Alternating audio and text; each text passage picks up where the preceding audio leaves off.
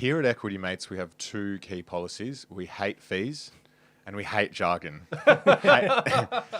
Fast, though, going to be adding a third, which is we hate...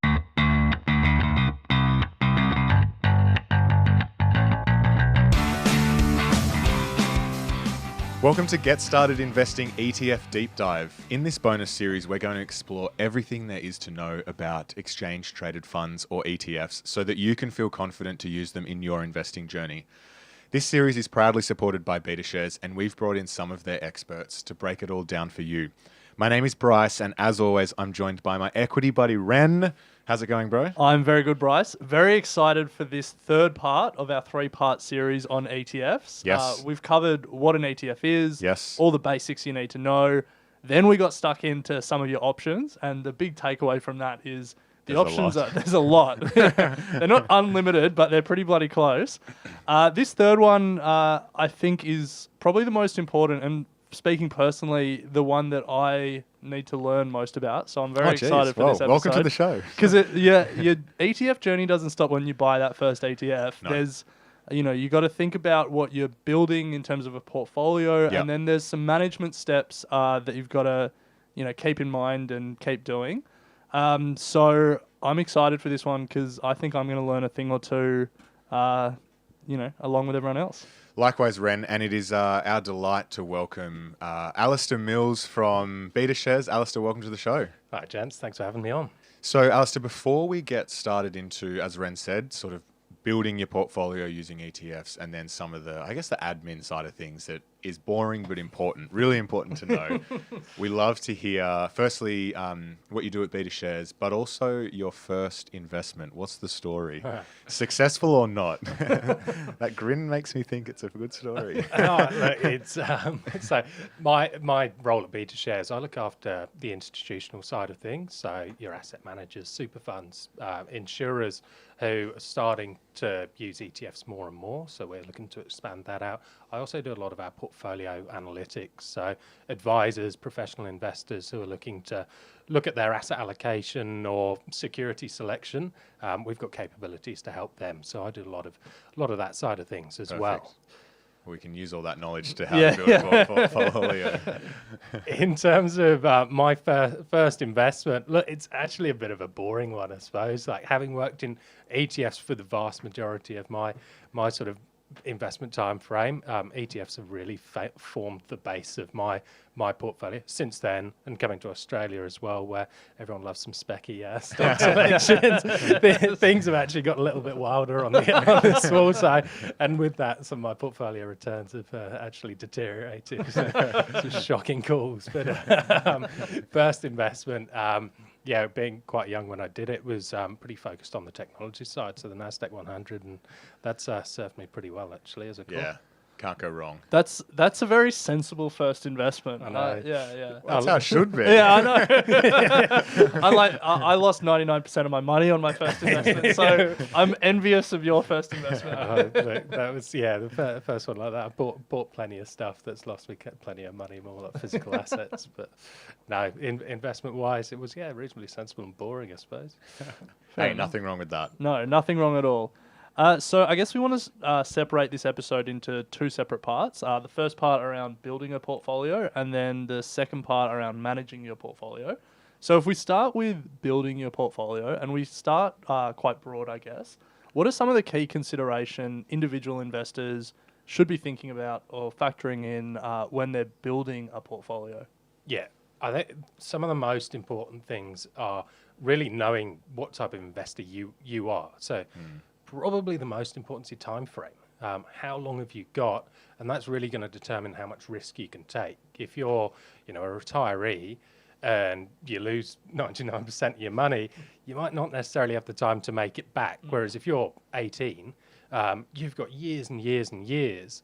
And if you look at returns on a chart and stretch them out, that volatility becomes a smaller component, really. So time frame's such an important thing, and the longer you've got, the better. That builds into what your risk tolerance is, and that's going to determine what you invest in. If you're lower risk, you're going to be in more defensive assets, probably more bonds, more cash.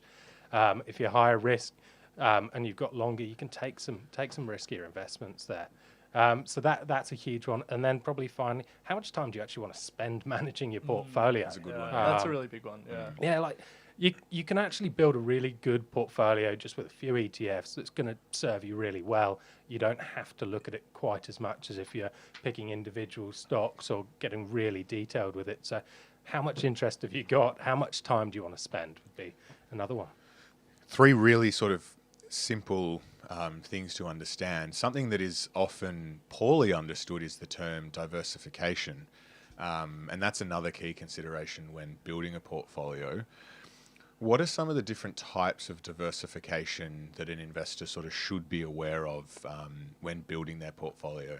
Yeah, diversification holistically is just having a broad range of different things that perform differently at different times. Because it's a big cliche, chuck all your eggs in one basket. If they go up, everything goes up, and down, vice versa. So you can break diversification down into different levels. The first one's probably your asset classes, so equities, bonds, commodities maybe. Within there, you could split to domestic or international. Getting further down, individual regions. So are you mixing just Australian equities or US equities, but Europe, Japan, break it down. And then sectors as well. Australia's got very heavy tilt to banks and resources.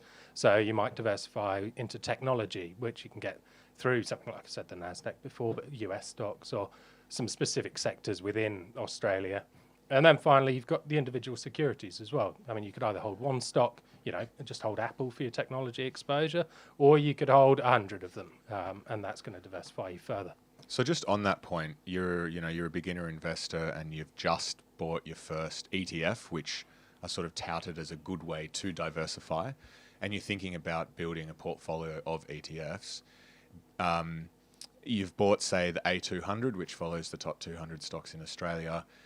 Is that enough sort of diversification? If you just keep buying more and more of that, like how do you think about diversifying that way? Yeah, it's going to be a good starting point, and compared to a lot of portfolios where people have got like 5 stocks or 10 stocks, it's definitely going to be more diversified there. If you are building up your wealth and adding it continually, there is definitely benefits to being more diversified than just Australian equities. Yeah. If you compare charts of the US, whether it's the S&P 500 compared to Australia, again, they perform well at different times because of their makeup. So one ETF isn't necessarily going to give you the proper asset allocation, and that's the key part of diversification and building a really good portfolio is decent asset allocation across those broad asset classes. So if you can add more ETFs to that, it's going to benefit you. There are actually some ETFs which are almost like an ETF of ETFs. That's a really good start, like the most simple way to invest and properly diversify. If you buy one of those, you've got Australian equities, international equities, some cash, some bonds. That's a one-stop shop. Yeah. Does BetaShares have an ETF of ETFs? We do. We've got 4 there actually at the moment. Nice. So ranging on risk profiles, high growth, growth, balanced, and then more conservative there. HHF. Is it HHF? High growth? Yeah, DHHF. DHHF. Yeah, I'm in on that. It's not growing. A lot of others are growing. Just So on diversification, one thing that I guess investors should be aware of is around ETF overlap, because some people might think they're diversified, but they're perhaps not as diversified as they think. So I guess a good example of that is if you invest in the A200 ETF and you have the top 200 Australian stocks, and then you also invest in a tech, you've got 2 different ETFs, but their holdings will overlap. So how do you think about ETF overlap, and how do you think investors should be, what should they be factoring it into when they're building a portfolio? Yeah, I mean, one of the key benefits of an ETF is how transparent it is. You can see all the regions in there, see the sectors, see the individual holdings and all of their weights within the portfolio. So that's a good example. I mean, Australia's broad market, whilst it's 200 stocks, is actually very heavily concentrated to the top end. So the bigger stocks have a higher weight. So, your big 4 banks and the top 50 stocks are almost all of your return drivers. whilst Australian Technology is sort of still within that, if you actually look at the individual portfolio holdings, you can see whether you've got big overlap, and Afterpay is a very heavy component in ATEC, or the Australian Technology Index, and is actually creeping its way up in other indices. But if you actually look at all the individual holdings, you can see whether there's overlap there. Something like 2 technology exposures, so the NASDAQ, which has a heavy technology tilt, and a cybersecurity ETF. Whilst you may think they're both technology stocks, if you actually break it down, there's not necessarily that much overlap. But that's not to say that it's still going to diversify you across sectors. They're both going to give you more of an upweight to technology. So these are important considerations. I like that that way of thinking about it in terms of what drives the returns and what's the weighting in the ETF, because to that point, like an overlap in and of itself isn't a problem. The NDQ, the NASDAQ ETF is just so driven by those top 5 or 6 technology stocks that even if it has a cybersecurity stock as number 98 on the list, it's not a meaningful overlap. If you think cybersecurity is a good investment separately. So I guess in terms of people doing that work and figuring out, what is there an overlap, but also like what is the size of the overlap? Where can they go and find that information around what's in each fund? Yeah, if you go on the website, go on the fund page, they'll all have a download. Well, you can download an Excel spreadsheet, which will have all of the holdings individually and their percentages next to them. If you're looking at a couple of ETFs, download those two things, and you can just bang them together, and you could see if you've got a 10% weighting to Apple in one and 10% in the other. Think about whether you need 2 ETFs or one's going to do the same job, because the more ETFs you have, if it's not actually adding sort of a return profile, all you're doing is paying more brokerage, probably paying your accountant more because you've got another line in your portfolio. Yeah. So don't necessarily buy 2 when one will do. But most of the ETFs across the market have been designed to be different. There's still, Adam's spoken to you on a previous episode, but there are loads and loads of different ETFs. But here in Australia, we've only got 200 or 250 or so. So there's still, like, each one's doing quite a separate job. There's so many different in the US. I mean, there's thousands and thousands, and there are going to be very, very similar ETFs out there. Let's flip it the other way. The top tech stocks in the States at the moment make up something, ridiculous, 26% of the total S&P 500, which is just a phenomenal figure. Given that those very concentrated amount of stocks will really be driving the overall performance of the index, why wouldn't you just go out and buy all 5 of those stocks and just let them go? If you look at how that's changed over time, like, it hasn't always been that way, and it's obviously quite a big thing at the moment. And there's a lot in the news you read about how concentrated the indices are becoming. But look at the market 20 years ago, 30 years ago, 50 years ago. The top 10 stocks weren't the same stocks as they are now. So if you just take a stamp in time, buy those 10. I mean, who's going to say that they're going to be the best, biggest companies in the world? I mean, look at Tesla, wasn't sort of anywhere near where it was there. Still shocked it is, but... you'd still be holding things like Coca-Cola and Exxon as your main ones, True. Which have slowly fallen down the ranks. So holding an index which is market cap weighted, and that allows your winners to drive through and drive your returns, and it does keep you diversified. Even though you've got quite a small tail, it enables your winners to work their way up, and you get that sort of natural selection, so to speak, as opposed to just holding 10 and hoping for the best. That's something that we actually haven't touched on in the previous 2 episodes, is that the underlying holdings do change. Why do they change, and how do they change? And obviously, is this something when you're managing your portfolio that you need to be aware of? It does depend on the index methodology, really. And what they'll have is, say, the ASX 200, which is the 200 stocks, the very bottom of the market, and you'd have like stock 200 and 201. These index often rebalance quarterly, and they'll look at the size of the company and number of shares. If you were just swapping them in and out, you'd have a lot of turnover. You'd be swapping between 199. Yeah. So it's like the Premier League relegation. Exactly. So you'd be swapping up and down. Is it Norfolk or Norwich that's always in and out? Norwich, Sunderland a bit up and down a bit. So you have what's known as buffering, and it does stop that turnover. But it is important as companies grow that they are represented in the index, because indices, when they were first invented, they were a way of measuring the market. Yeah. And it's a way of measuring the top 200, top 100. And like I said, that's going to change over time. Yeah. And you've got to let those newer companies build it. Zoom's a really good example of the NASDAQ 100 that it's just become so instrumental in what so many people do for work. That was nowhere near the top 100, 6 months ago or a year ago. I suppose time's gone very fast. Just sat in my house just working. So like a year ago, let's say. And that has just forced its way into the top and is now really representative of how people are doing business and interacting with one another, and is getting represented in those indices. So, but for individual investors, when an index rebalances and when an ETF rebalances, they don't have to do anything, or there's no tax implications or anything like that. Like, you guys handle all that for us, don't you? We handle that. The tax implications are passed on to investors.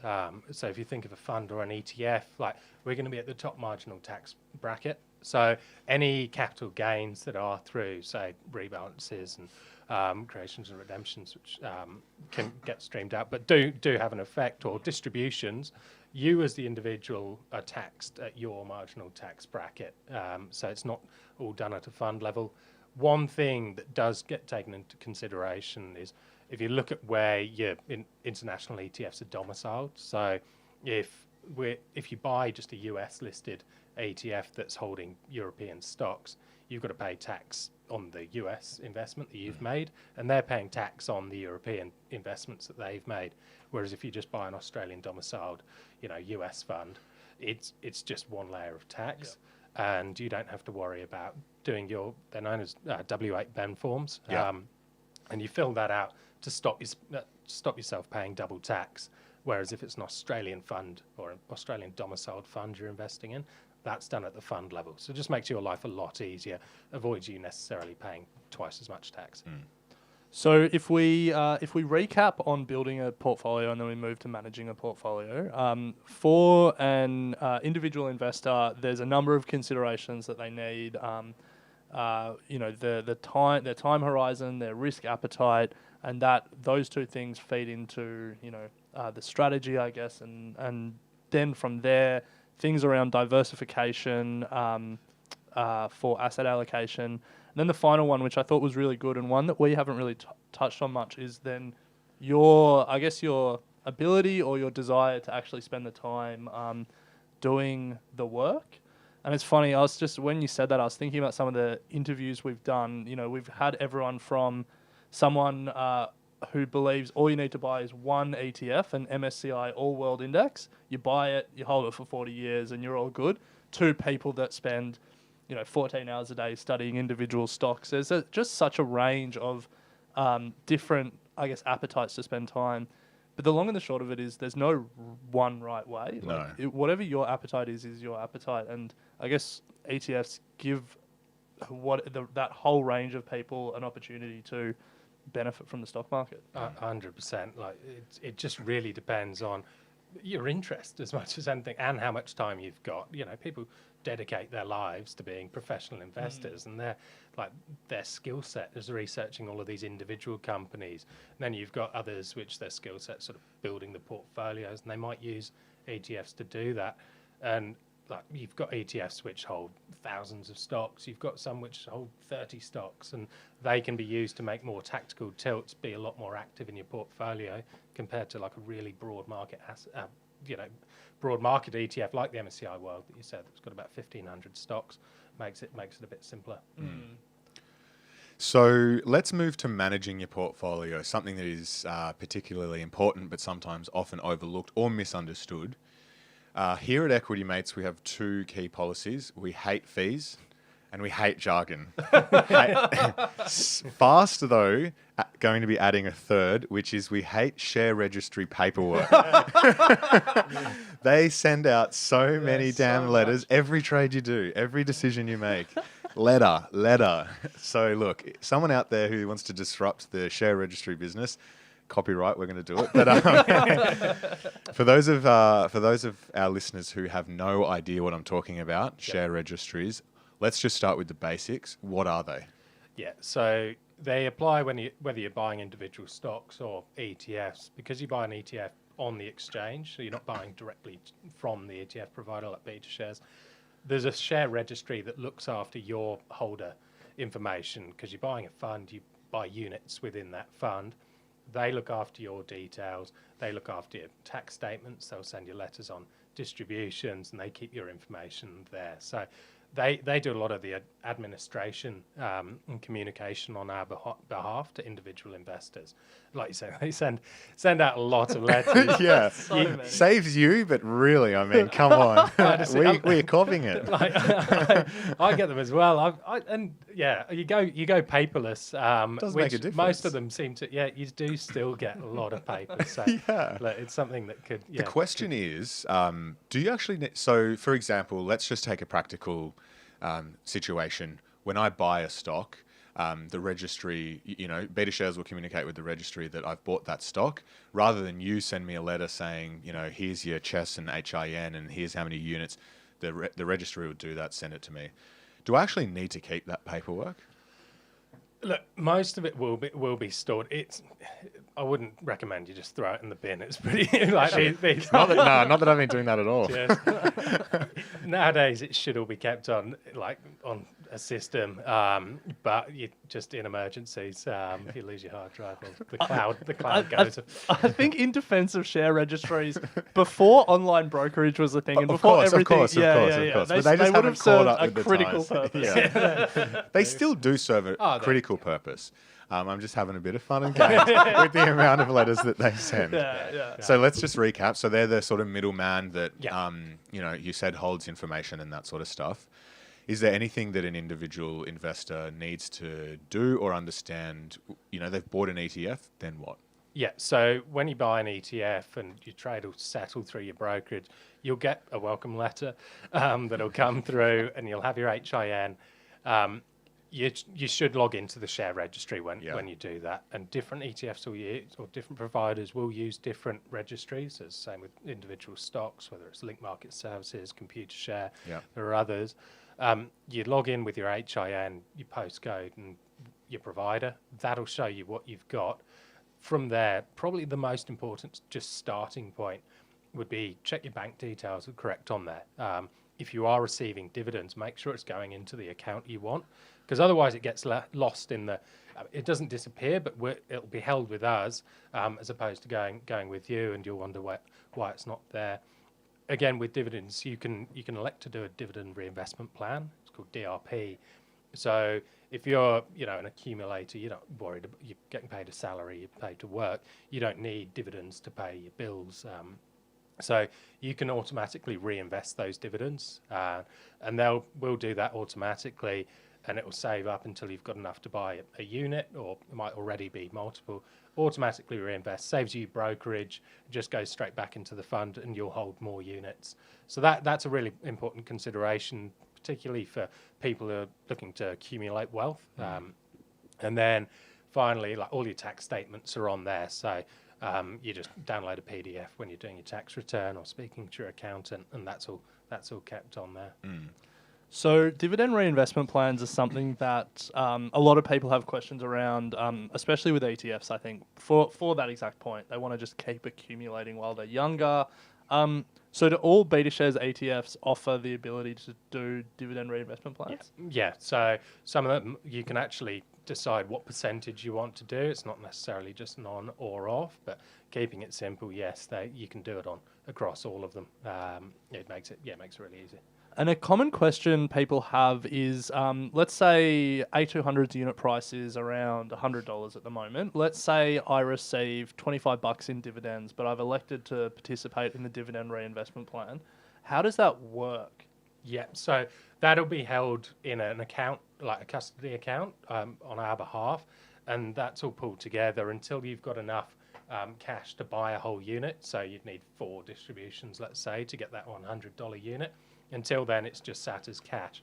One thing to bear in mind, sort of later down the track, but if you were to sell that ETF before you had enough cash to buy a dividend, you sometimes need to let the provider know so that you actually get that leftover cash. And the process of letting the provider know isn't finding your personal email and sending it to you. What is it, Alistair? That's where the share registry comes in again. Exactly. Yeah. So they can manage that as well. Yeah. Super critical, I think, and very important to understand, and something that you can fumble your way through. But and we haven't often spoken about it much on Equity Mates podcast. But to your point, Alistair, you may find that you do have multiple logins for multiple share registries, depending on what you're buying, individual stocks, different providers for ETFs. I think if you're not going to keep your letters, at least keep your login details for your share registries, because it is crucial to manage your actual underlying sort of admin for the stocks that you're holding if you want to change from dividend reinvestment to actually getting the cash when you finally make it to 60 and you need those dividends. If you can't log in, you're going to be screwed. 100%. So let's just move to one more question about dividends.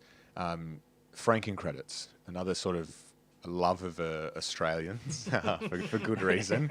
But again, something that is often sort of overlooked or confusing, or maybe not important as a beginner investor, but just sort of generally speaking, what are franking credits and why should it matter?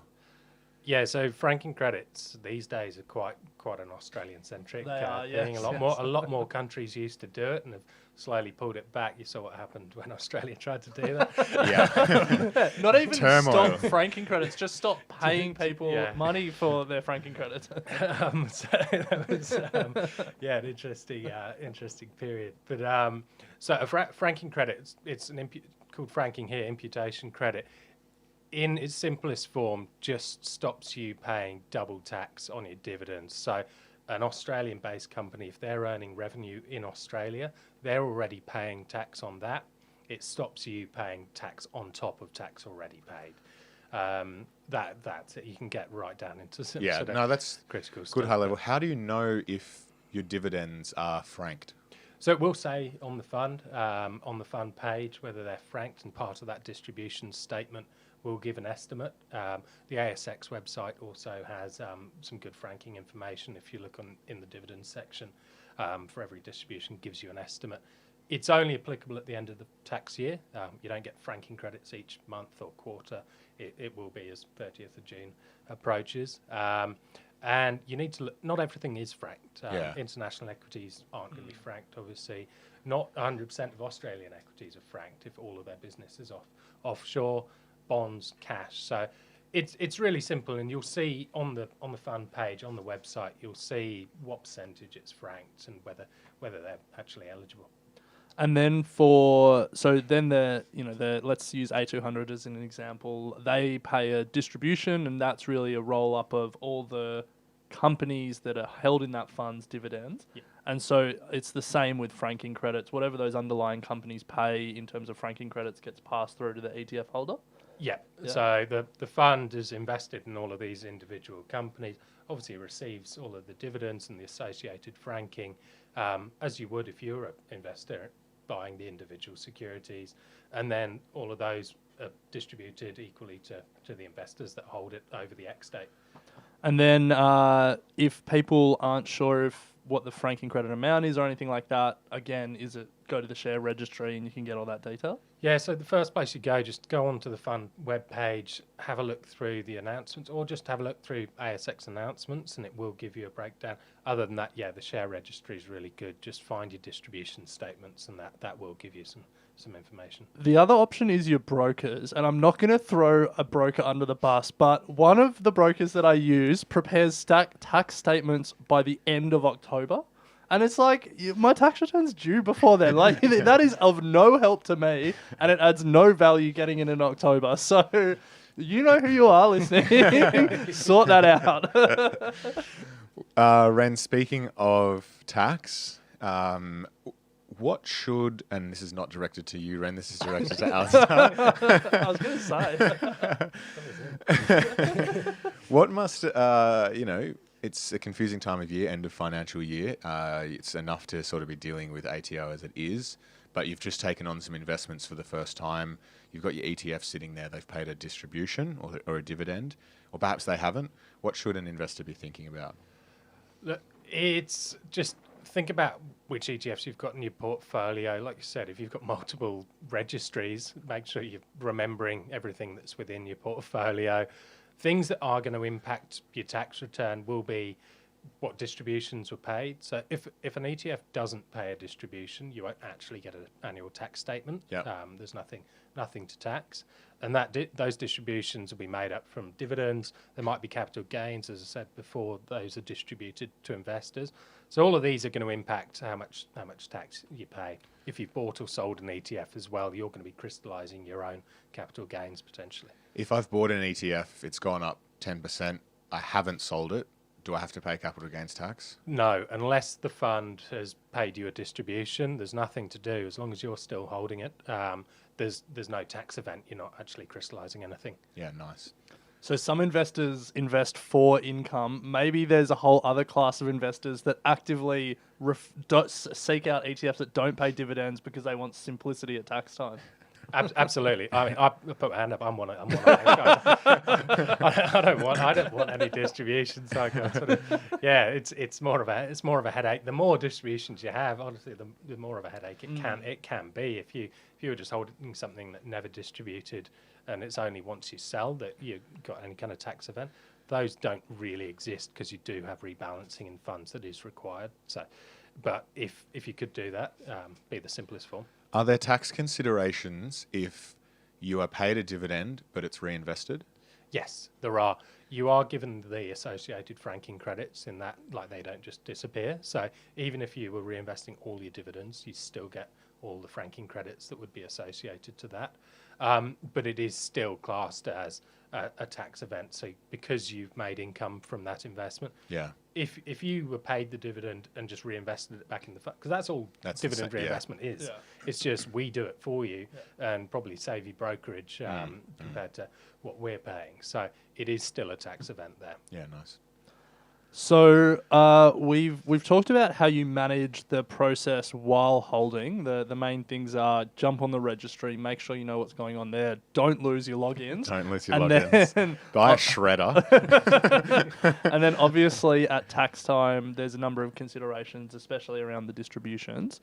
So they're the key considerations when you're managing it. Now, the final part of the ETF journey is actually selling, and hopefully you're selling for a large gain after you've held it for a long period of time.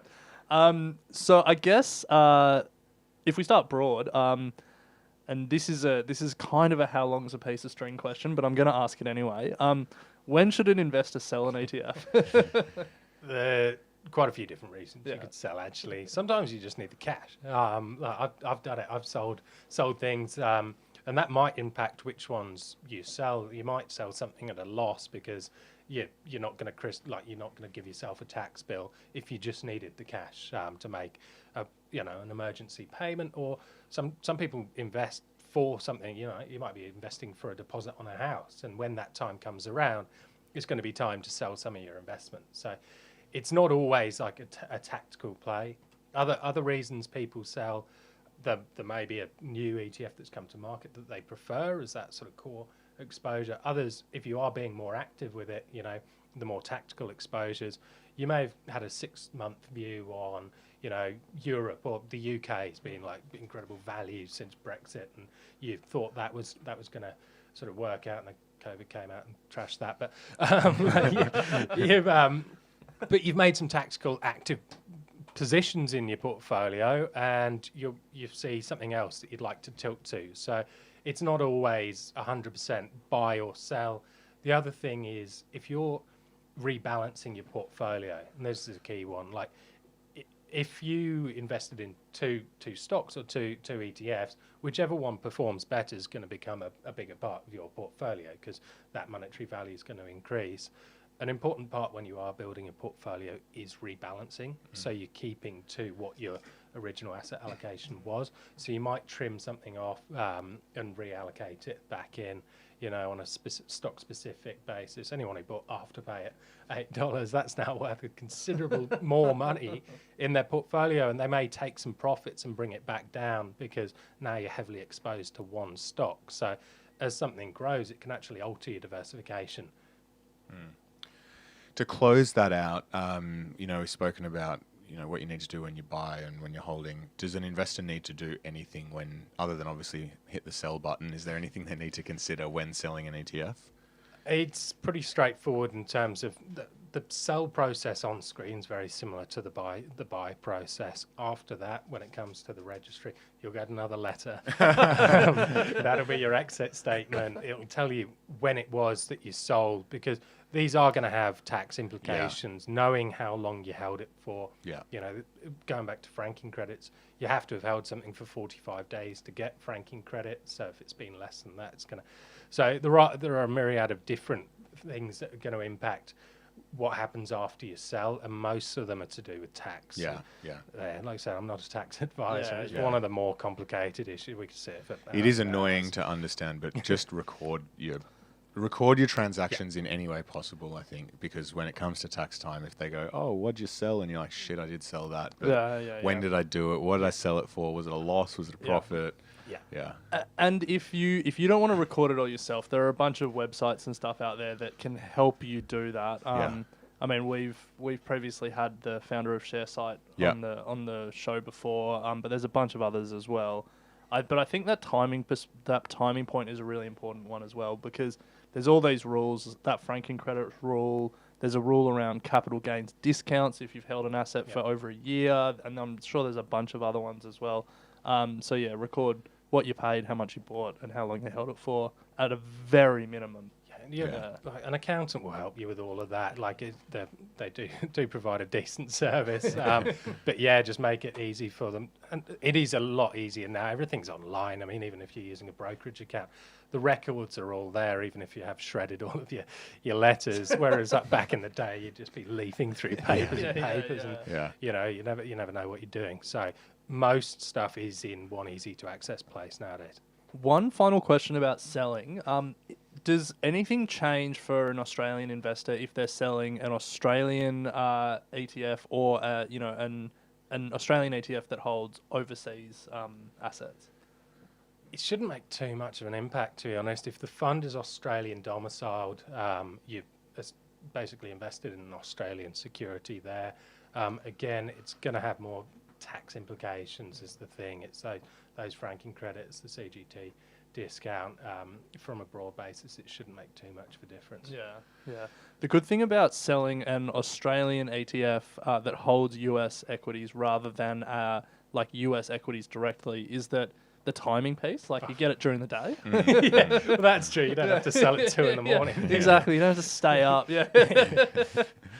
Well, Alistair, you've managed to make some of the more uninteresting parts of ETF interesting. So thank you for that. It's been a pleasure having you on Get Started Investing.